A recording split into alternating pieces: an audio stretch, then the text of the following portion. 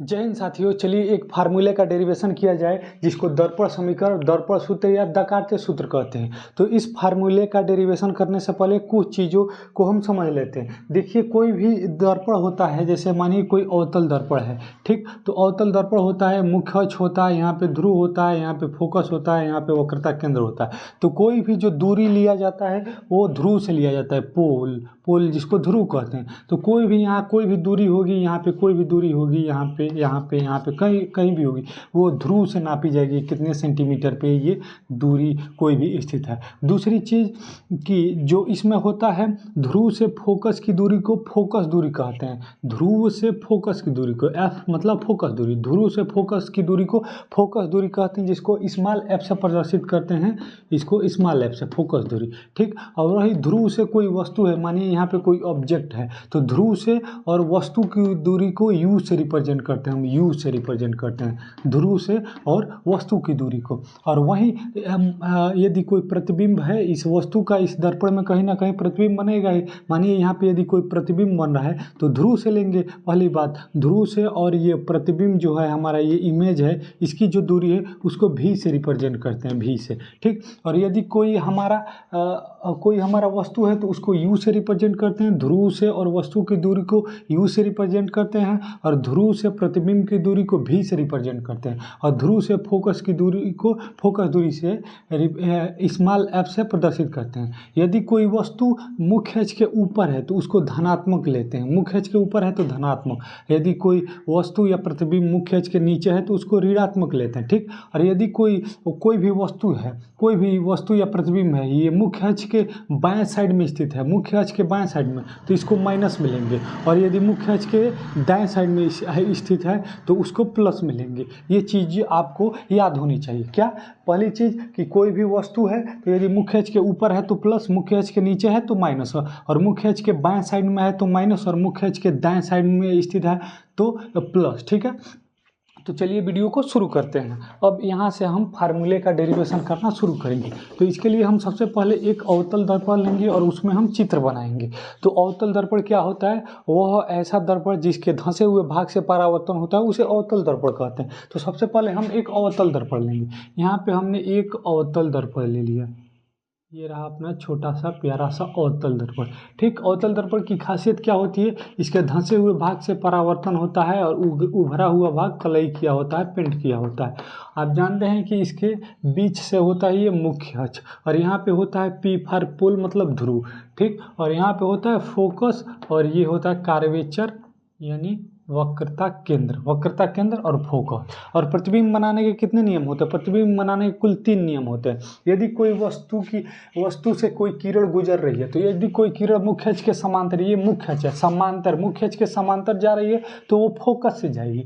दूसरी चीज, यदि किसी किरण को हम फोकस से डालें तो वो मुख्य अक्ष के समांतर हो जाएगी। तीसरी चीज, यदि कोई किरण वक्रता केंद्र से जा रही है तो वक्रता केंद्र से वापस लौट जाएगी। तो यही 3 जो नियम है, इसी की सहायता से कोई भी 2 नियम लगाएंगे, हम प्रतिबिंब बनाएंगे, ठीक है। और इस दर्पण जो हम ये अवतल दर्पण लिए, इसका जो द्वारक है, दर्पण का द्वारक, इसको बहुत हम छोटा लेंगे, क्योंकि ये दर्पण बहुत छोटा है, बहुत छोटा, इसका द्वारक भी बहुत छोटा होगा। ये आपको याद होना चाहिए, ठीक। तो यहाँ पे हमने एक वस्तु ले लिया, एक वस्तु, और ये तीर ऊपर की तरह है यानी सीधा है, ऊपर की तरह है यानी सीधा है। और यदि तीर नीचे रहता यानी उल्टा है। तो हमने एक वस्तु ले लिया, यहाँ पे वक्रता केंद्र के इधर एक वस्तु ले लिया, और हमने प्रतिबिंब बनाने का 2 नियम लगाया। पहला नियम क्या किया? इसको मुख्य अक्ष के समांतर डाला, किरण मुख्य अक्ष के समांतर डाला तो ये फोकस से गई किरण, ये फोकस से गई किरण।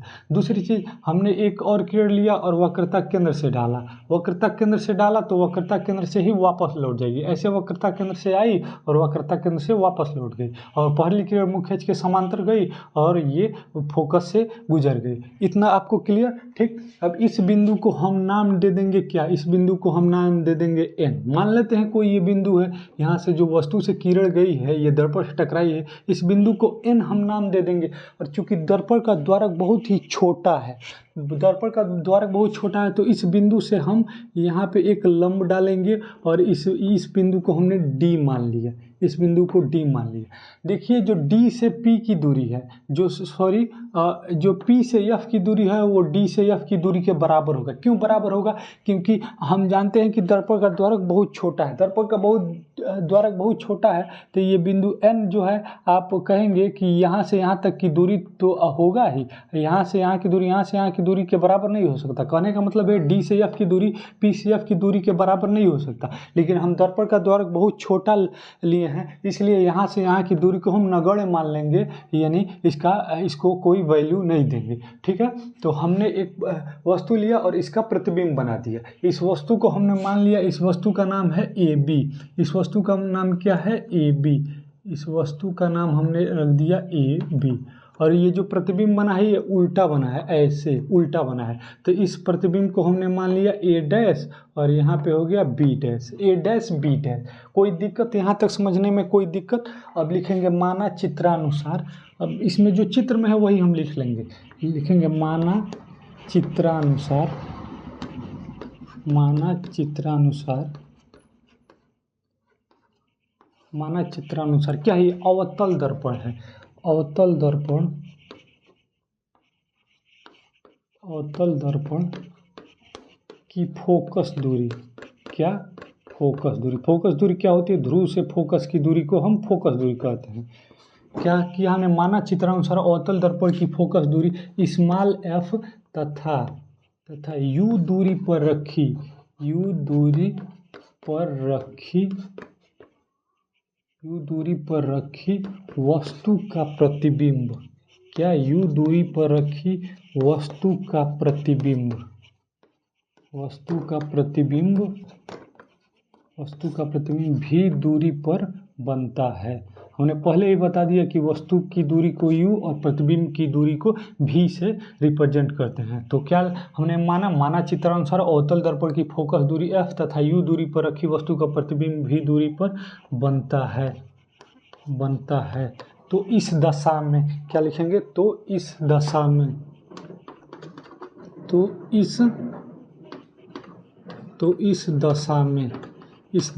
ठीक है, इस दशा में देखेंगे हम दो समरूप त्रिभुज बन रहा है। इसमें दो नहीं 4 समरूप त्रिभुज बन रहा है। पहला समरूप त्रिभुज क्या है? ए बी सी और दूसरा ए डैश बी डैश सी।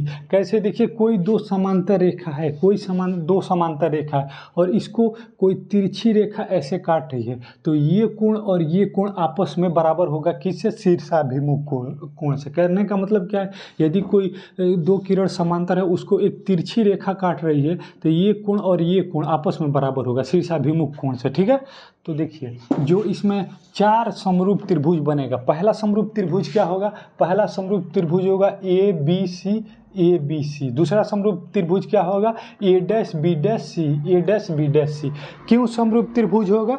आप पूछ सकते हैं हमसे ना कि समरूप त्रिभुज ये है, आप कैसे कह सकते हैं कि ये समरूप त्रिभुज है? देखिए समरूप त्रिभुज उसे कहते हैं जो दिखने में एक ही तरह हो, दिखने में एक ही जैसा दिखे। मानिए कोई त्रिभुज ऐसा हो, ऐसा, और ये एक त्रिभुज सेम इसी के जैसा दिख रहा है, छोटा बड़ा इससे कोई मतलब नहीं है, सेम इसी की तरह दिख रहा है, तो उसको क्या कहते हैं? उसको कहते हैं समरूप त्रिभुज। सम यानी बराबर और रूप यानी दृश्य, मतलब दिखने में दोनों एक ही तरह, उसको समरूप त्रिभुज कहेंगे। तो समरूप त्रिभुज ये यहाँ पे बनेगा, क्योंकि ये देखिए ये कोण और ये कोण आपस में बराबर है। ये कोण 90 डिग्री का है और ये कोण 90 डिग्री का है। दो कोण आपस में बराबर हो गए, इसका भी दो कोण और इसका भी दो कोण आपस में बराबर हो गए, मतलब शीर्षाभिमुख कोण बन गया। दूसरी चीज, ये कोण और ये कोण आपस में बराबर होगा शीर्षाभिमुख कोण से। और दूसरा चीज, ये 90 डिग्री का और ये 90 डिग्री का, दो कोण आपस में, दो त्रिभुजों में दो कोण जब बराबर हो तो वो हो जाएगा हमारा समरूप त्रिभुज। ठीक, तो दो समरूप त्रिभुज बन गए। क्या? पहला ए डैश ए बी सी और दूसरा ए डैश बी डैश सी, पहला समरूप त्रिभुज, ये समरूप है आपस में। और दूसरा डी एन एफ और ए डैश बी डैश एफ, ये दोनों आपस में समरूप है। तो सबसे पहले हम लिखेंगे समरूप त्रिभुज ए बी सी तथा ए डैश बी डैश सी में। तो हम क्या लिखेंगे? समरूप त्रिभुज लिखेंगे, क्या? समरूप त्रिभुज ए बी सी तथा ए डैश बी डैश सी में, ए डैश बी डैश सी में। समरूप त्रिभुज की विशेषता क्या होती है? पहले त्रिभुज का लंब बटे दूसरे त्रिभुज का लंब बराबर होता है पहले त्रिभुज का आधार बटे दूसरे त्रिभुज का आधार। तो सबसे पहले त्रिभुज ए बी सी का लंब देखेंगे। तो त्रिभुज ए बी सी का लंब क्या है? ये कोण है, कोण के सामने वाली भुजा को लंब कहते हैं। तो इसके सामने वाली भुजा क्या है? ए बी है, तो ये हो जाएगा ए बी और बटा दूसरे त्रिभुज का लंब क्या है? ये दूसरा त्रिभुज है, ये कोण है। इसके सामने वाली भुजा क्या है? ए डैश बी डैश। तो इसके सामने वाली भुजा ए डैश बी डैश बराबर पहले त्रिभुज का आधार क्या है? पहले त्रिभुज का आधार है सी बी, है कि नहीं? तो पहले त्रिभुज का आधार है सी बी, तो पहले त्रिभुज का आधार हो गया हमारा सी बी बटे दूसरे त्रिभुज का आधार क्या है? ए डैश सी। दूसरे त्रिभुज का आधार है ए डैश सी, समीकरण नंबर 1 मान लेंगे, समीकरण नंबर 1 मान लेंगे। फिर देखेंगे, फिर क्या देखेंगे? फिर देखेंगे समरूप त्रिभुज डी एन एफ तथा ए डैश बी डैश एफ में। फिर लिखेंगे पुनः समरूप त्रिभुज, पुनः समरूप त्रिभुज डी एन एफ, क्या? डी एन एफ तथा ए डैश बी डैश एफ में, क्या? ए डैश बी डैश एफ में, इन त्रिभुजों में देखेंगे। तो इस त्रिभुज में देखेंगे पहले का लंब क्या है? पहले त्रिभुज डी एन एफ, इसका लंब क्या है? इसका लंब है डी एन, इसका लंब क्या है? डी एन, इसका लंब है डी एन बटे इस त्रिभुज का लंब क्या है? इस त्रिभुज का ये लंब क्या है? ए डैश बी डैश, ए डैश बी डैश बराबर इस त्रिभुज का आधार क्या है? पहले त्रिभुज का आधार क्या है? इस त्रिभुज का आधार है डी एन सॉरी, इस त्रिभुज का आधार है डी एफ। पहले त्रिभुज का आधार है डी एफ, इस पहले त्रिभुज का आधार है डी एफ और दूसरे त्रिभुज का आधार क्या है? F A dash, F A dash. यहाँ तक समझने में कोई दिक्कत होनी भी नहीं चाहिए, होगा भी नहीं, ठीक।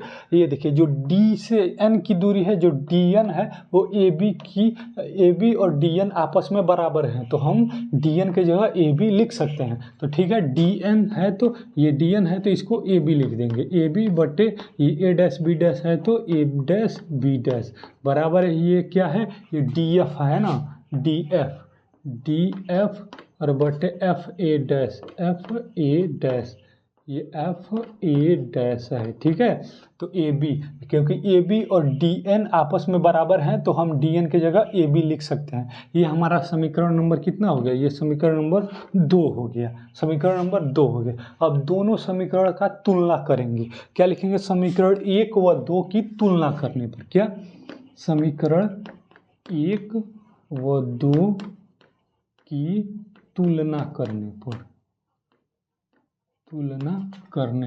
देखते हैं समीकरण 1 व 2 की तुलना करने पे हमको क्या प्राप्त होता है। तो समीकरण 1 व 2 की जब तुलना करेंगे तो देखिए ए बी बटे ए डैश बी डैश और ए बी बटे ए डैश बी डैश, इन दोनों का बायां पक्ष आपस में बराबर है। तो जब कोई भी दो समीकरण हो और तुलना करेंगे और एक पक्ष दोनों का, एक पक्ष ये बायां बायां और दायां दायां, यदि एक पक्ष दोनों का सेम है तो दूसरा पक्ष भी दोनों का सेम होगा, यानी बराबर होगा। तो इन दोनों समीकरण में देखेंगे कि इसका बायां पक्ष और इसका बायां पक्ष ए बी बटा ए डैश बी डैश और इसका बायां पक्ष ए बी बटा ए डैश बी डैश, दोनों आपस में बराबर है। तो यदि बायां बायां के बराबर है तो दायां दायां के भी बराबर होगा। तो समीकरण 1 व 2 की तुलना करने पे हम पाएंगे कि बायां बायां के बराबर है तो दायां दायां के भी बराबर होगा। तो दायां क्या है हमारा? सी बी बटा ए डैश सी बराबर, इसका दायां क्या है? डी एफ बटा क्या? F A dash, D F बटा एफ ए डैश। यहाँ तक समझने में कोई दिक्कत नहीं होगा। सी बी, इसका सी बी बटे ए डैश सी और डी एफ बटे एफ ए डैश, ठीक। जो डी से एफ की दूरी है, ये हमारा डी एफ है, उसको हमने क्या माना? हम कह सकते हैं कि पी से एफ की दूरी के बराबर है, क्योंकि दर्पण का द्वारक बहुत ही छोटा है तो इस दूरी को हम नगण्य मान लेंगे। तो इस डी एफ के जगह पे हम पी एफ लिख सकते हैं।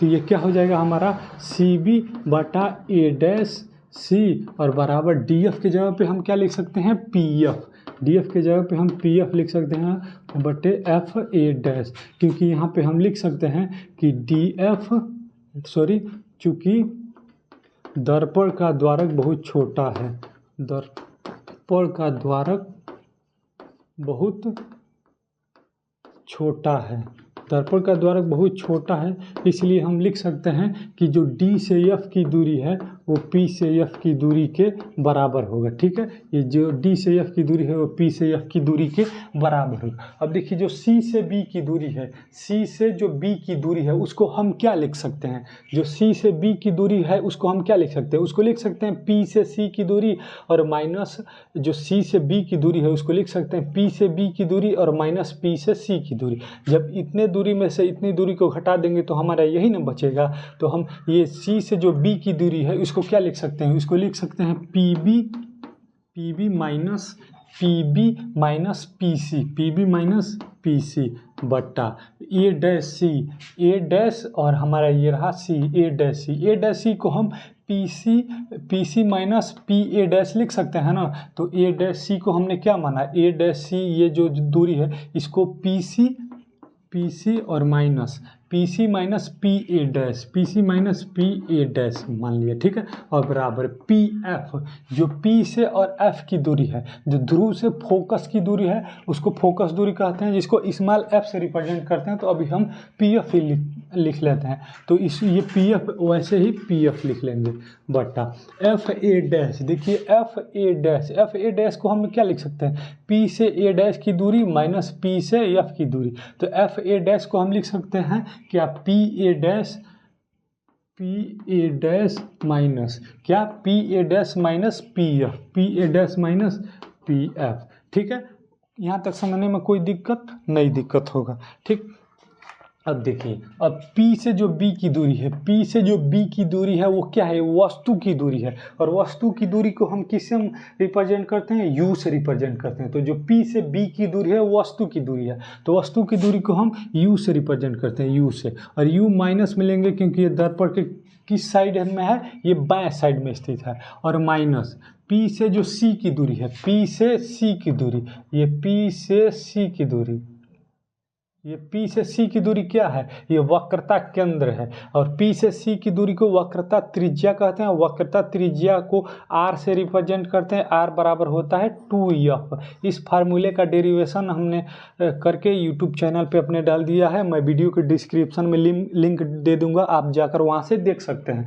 तो जो ध्रुव से और वक्रता केंद्र की दूरी होती है उसको वक्रता त्रिज्या कहते हैं, जिसको R से रिप्रेजेंट करते हैं और R बराबर 2F होता है। तो R के स्थान पे हम 2F लिख लेंगे, और 2F ये भी माइनस में होगा क्योंकि दर्पण के बाएं साइड में स्थित है। तो इसको हमने लिख लिया 2F और ये माइनस में, 2F माइनस में, और बटा PC फिर वही बात, PC क्या हो गया, ये 2F और ये भी माइनस में, ये 2F ये भी माइनस में, और माइनस है तो माइनस PA डैश।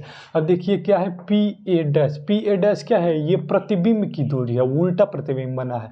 तो PA डैश क्या है, प्रतिबिंब की दूरी को हमने किससे रिप्रेजेंट किया है, V से।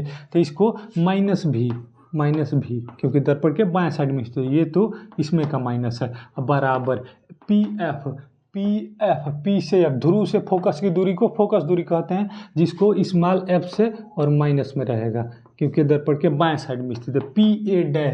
PA डैश क्या है, ये प्रतिबिंब की दूरी है। प्रतिबिंब की दूरी को हमने किससे माना है, V से, और ये माइनस में होगा, और ये माइनस है तो माइनस है।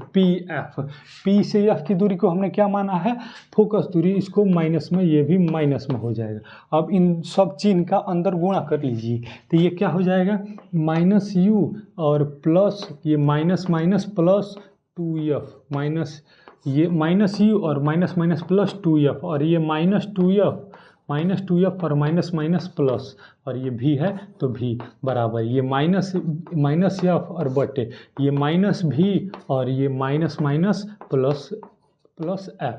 ठीक है, अब तिरछा गुणा कर लेंगे, अब इन दोनों का तिरछी गुणा कर लेंगे। आप जल्दी इसको कॉपी कर लीजिए ताकि हम मिटका कर इसको और आगे बढ़ाएं। ठीक है, इसको जल्दी से आप कॉपी कर लीजिए, वीडियो को पॉज करके इसको कॉपी कर लीजिए। ठीक, यहाँ से हम मिटका देते हैं।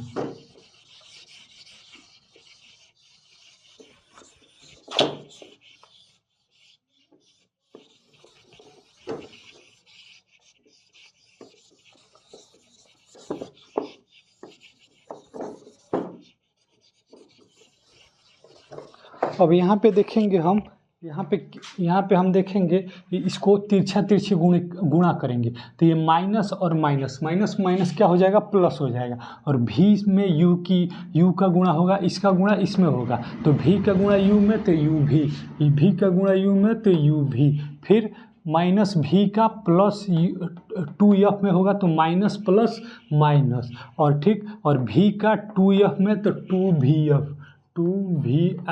2vf होगा कि नहीं होगा, होगा।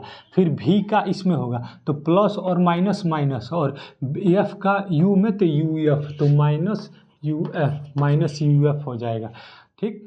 और फिर ये प्लस और प्लस प्लस हो जाएगा, 2f का जब 2f में होगा तो 2f स्क्वायर, तो ये प्लस 2f स्क्वायर बराबर, फिर ये इसका इसमें गुणा होगा तो माइनस का माइनस में जब गुणा होता है तो प्लस होता है, तो माइनस माइनस प्लस, और 2f का f में तो 2f स्क्वायर, ठीक। फिर माइनस, फिर इसका होगा, फिर प्लस और माइनस माइनस, और भी का गुणा f में तो vf हो जाएगा, तो ये क्या हो जाएगा, माइनस vf। अब इसको एक तरफ कर लीजिए तो ये क्या हो जाएगा, ये u भी minus 2vf minus uf plus 2f square, और ये बराबर के उस साइड जाएगा तो चिन्ह बदल जाएगा, तो ये प्लस में है तो ये माइनस में, माइनस 2f स्क्वायर, और ये माइनस में उधर जाएगा तो प्लस में, प्लस vf बराबर क्या हो जाएगा, जीरो। अब इसमें कटने वाला कोई चीज़ है, देखिए कटने वाला, ये 2f स्क्वायर प्लस में सॉरी यहाँ पे है 2f स्क्वायर प्लस में और 2f स्क्वायर माइनस में, ये आपस में कट गया, ठीक है। 2f स्क्वायर प्लस में और 2f स्क्वायर माइनस में कट गया। यहाँ पे देखिए 2vf है, और यहाँ पे 2 गो vf है, और यहाँ पे 1 गो vf है, तो ये माइनस वाला अधिक है, ये प्लस वाला कम है, तो 2 गो vf में से 1 गो vf घट जाएगा तो कितना बचेगा, 1 गो vf। तो इसको क्या लिखेंगे, uv, और माइनस में 2 और प्लस में 1, तो माइनस में 1 गो vf, और प्लस ये माइनस uf, और बाकी कुछ बचा नहीं बचा, बराबर जीरो, ठीक। अब इसको एक साइड कर लीजिए, इसको एक साइड कर लीजिए, ठीक। तो ये क्या हो जाएगा, u भी बराबर है, इसको एक साइड में कर लीजिए, तो इसको बराबर के इस साइड कर लीजिए, तो vf प्लस में और प्लस uf ये भी प्लस में, ठीक। अब लिखेंगे दोनों पक्षों में u vf से भाग देने पर, तो क्या लिखेंगे, दोनों पक्षों में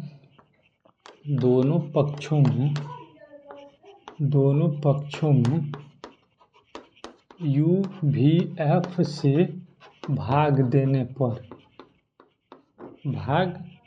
पर देखिए क्या होता है, भाग देने पे हमको क्या प्राप्त होता है, ये देखिए u भी है तो u भी और बटे u vf बराबर vf और बटे u vf और प्लस uf और बटे u vf, ठीक।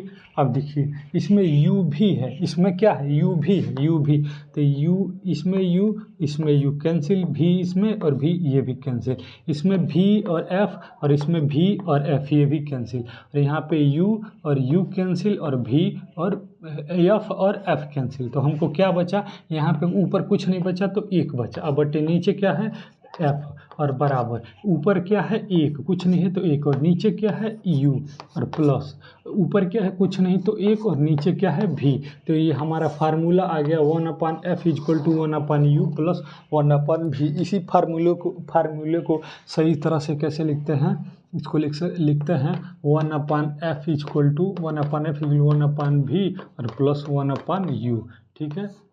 इसको उल्टा सीधा किसी तरह लिख सकते हैं, 1/f = 1/v प्लस 1/u, इसको इधर कर दिए, इसको इधर कर दिए। तो समझने में कोई भी दिक्कत हो तो कमेंट करके ज़रूर बताएं, एकदम ही सिंपल तरीक़ा से बताएं हम कि दर्पण समीकरण के फार्मूले का डेरिवेशन कैसे करते हैं। यदि आप क्लास 12th में हैं तो ये फार्मूला आपके लिए मोस्ट इम्पोर्टेंट है, क्योंकि आपके बोर्ड एग्जाम में प्रीवियस ईयर का क्वेश्चन पेपर देखेंगे तो ये बार बार पूछा है कि दर्पण समीकरण को दर्पण समीकरण के सूत्र का निगमन कीजिए या दर्पण सूत्र या दकार्ते सूत्र के को निगमन कीजिए। या आप क्लास 10th में तो साइंस का जो फिजिक्स का पहला चैप्टर होगा प्रकाश का परावर्तन, इस फार्मूले से काफ़ी सारा न्यूमेरिकल आपको देखने को मिलेगा और बोर्ड एग्जाम में भी देखने को मिलेगा। तो यदि आपको वीडियो अच्छा लगे तो वीडियो को लाइक करके अपने दोस्तों के पास शेयर जरूर करें।